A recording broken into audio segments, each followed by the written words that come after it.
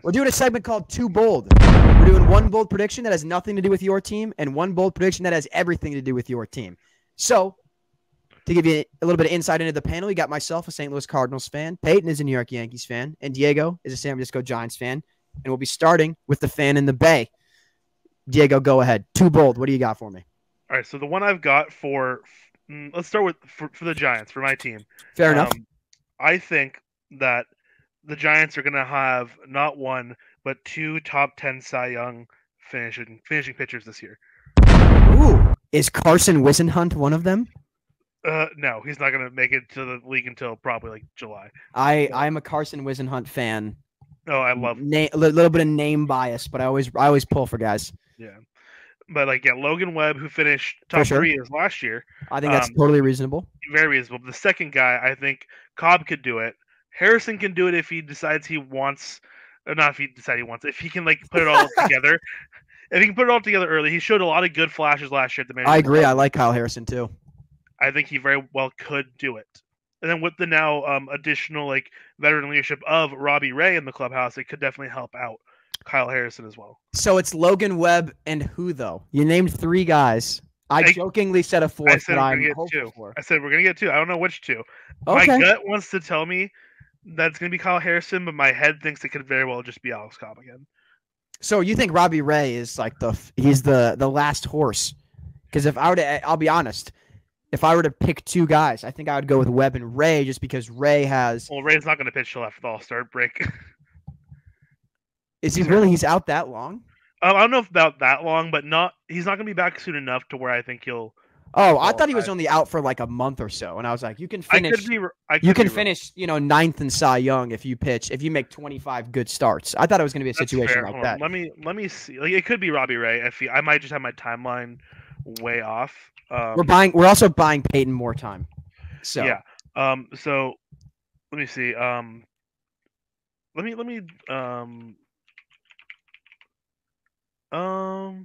return 2024. Are they just giving it a soft deadline right now because they don't want to commit to it? Totally fair. This first one, he had surgery in May of 2023. That's what I was saying. I thought it was a year-long procedure. Yeah, so it could be he could be back around Memorial Day. Yeah, we'll see. That's fair. That's a bit of a stretch. Could be Robbie Ray too. We'll see. I am personally a bigger fan of Kyle Harrison, so I'll back you on Kyle Harrison. I'll commit to Kyle Harrison. If he wants it. If he wants to, yeah. If he can put the pieces together. That's what I say about Steven Matz all the time as a Cardinals fan. No, 2 bold predictions from me. My first prediction is that Julio Rodriguez will go 40-40 and win the American League MVP award. I think that Julio Rodriguez is a very, very good baseball player, and his sophomore slump was going from maybe a 140-ish WRC plus to a 130, and he went 30-30, and with the Mariners being in this very sort of in-between cycle, I think that he's entering his 3rd year, and they're going to be asking a lot of him, and I think he's up for the challenge. He got the big contract for a reason. His slight regression in terms of percentile-based stats in 2023 don't really concern me because you can chalk it up to luck, not the greatest home park to hit in, any number of those things. He also got off to a bit of a slow start, and then it was kind of the Julio Rodriguez we saw for a little bit longer in 2022. So that is my prediction. My bold prediction for the St. Louis Cardinals is twofold. Jordan Walker will have the highest OPS on the team and lead the Cardinals to the NL Central crown. And I say that for a couple different reasons. The Cubs seem to I need to watch my language here. The Cubs seem to have done not much. I think that they replaced Marcus Stroman with someone who is just as good in Shota Imanaga. So it's kind of a neutral move. I think the Michael Busch trade is fine. But they still need either a 3rd baseman or 1st baseman. At the time of recording, they have not committed to Rhys Hoskins, which is what I think they will do, and Michael Busch will be playing 3rd. Even with that, though, I have questions about their rotation outside of Steele. I mean, even Imanaga, I think he's good. I think he's got talent. He's a fly ball pitcher in that park that concerns me. Kyle Hendricks is finally actually 34 years old. He's felt 34 years old for 6 years now. But he's getting up there in age. And like Roman Wicks is, I think, projected to be their 5 starter. There's just some questions I have. And especially with their bullpen. They traded for Yency Almonte. Who's going to close for them? Who's going to give them high leverage innings? It's a lot of questions. And those are my thoughts on the Cubs. The Reds, the rotations is still not good enough. And they lost Joey Votto. And I think people are underestimating what losing a guy like that in the clubhouse can do in terms of leadership and being a franchise icon and shouldering that burden. And the Pirates are terrible. And the Brewers are in that phase where they trade everybody away. So I look forward to Devin Williams being a Dodger at the trade deadline. And those are my thoughts as to why the Cardinals can win the division. Fair. Peyton, we started at the Bay. We had a nice layover in the Midwest, and we're stopping in the Bronx.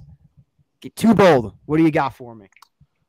First of all, that doesn't sound like as great as a flight as you think it is. Anyway, sounds nice. We started in the Bay. We had some Chinese food for breakfast. And then we had some toasted Rav for lunch, and we're gonna have a little bit of pizza for dinner. What do you got for me? So my Yankees one is that, and this is one that I've had for a while, that the Yankees' best pitcher will not be Garrett Cole in 2024. It will be Carlos Rodon. Wow, that is my bold take. That's a great too bold take. That's a good one. Not to say that Garrett Cole is going to be bad. I hope not. But there's a reason why the Yankees signed Carlos Rodon to the deal that they did. He is a very good starting pitcher. Some would say, once upon a time, the best in that team's division. That's a callback to an old TikTok video we had. Anyway, now, of course, there's always the injury concerns that have gone all the way back to his days. Well, mostly with his days with the White Sox. And obviously, it came back to bite him this year. He didn't pitch in the regular season until July. And when he did pitch, he was absolutely horrendous. I think still hurt. For lack of a better term. They're not fully healthy. Yeah. What I'm basing the take on is that he pitched those innings not fully healthy. So I agree.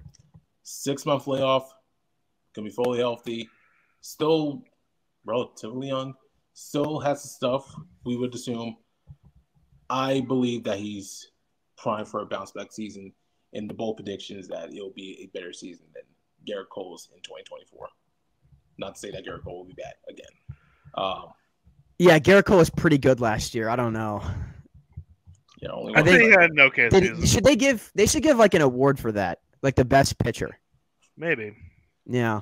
We should tell someone about this. We should. I think we invented it right now. Yeah, right now. Yeah. It's the Rolaids Reliever of the Year award. Throwback. Finally, if you want to mention that just really quickly, the race between Garrett Cole and Sonny Gray is much closer than you think. But don't gas up my biggest signing. But I will be absolutely depressed if Sonny Gray won a Cy Young before. Yeah, that would have been insane. This was just he was better than Gray. He was better than Gray marginally, and like this was the year. Like he's a Hall of Famer. Like you know what I'm saying. It's like how Paul Goldschmidt was like the best hitter in 2022, and it's like he can't finish second again.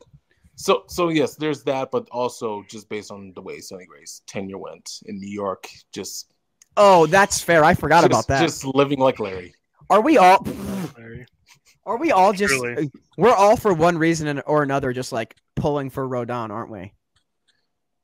My reasoning for pulling for Rodon was I said the White Sox should have kept him when the Giants got him. I'm like, that's a mistake. And then I got proved right, and I've rooted for him. And obviously he went to the Giants, so Diego bought in. And now he's a Yankee, so Peyton's bought in. Carlos, if you're watching, I hope your back is feeling good, King. If you want to come on to any of the things we do, please hit us up. Give me advice for growing a mustache as nice as yours, please. And then what is your non-Yankee bold take? My non-Yankees bold prediction, 700 home runs from Albert Pujols is fun. Aaron Judge 62 was fun to watch. I'll be totally frank. 700 from Al Pujols was so much more fun in that moment. In the moment it happened, and overall he was at 690. Okay, yes, sure. Because he was at 698 and then randomly hits 2 home runs against Andrew Heaney and Phil Bickford. That was just nuts. Dude, I knew 699 was happening because Andrew Heaney loves to rail fastballs down and in, and he's a lefty. I'm like, Pujols is taking him deep at bat 1. And then the only random one was him getting that off Bickford because that was a righty off speed, and he still parked it. Yeah. You know he played on a broken foot like the last 6 weeks of the season? I believe it. That's great. Yes, that's nuts. It's not like he moves anyway. I know, but he was OPSing like Jordan with a broken foot at 40. So Crazy.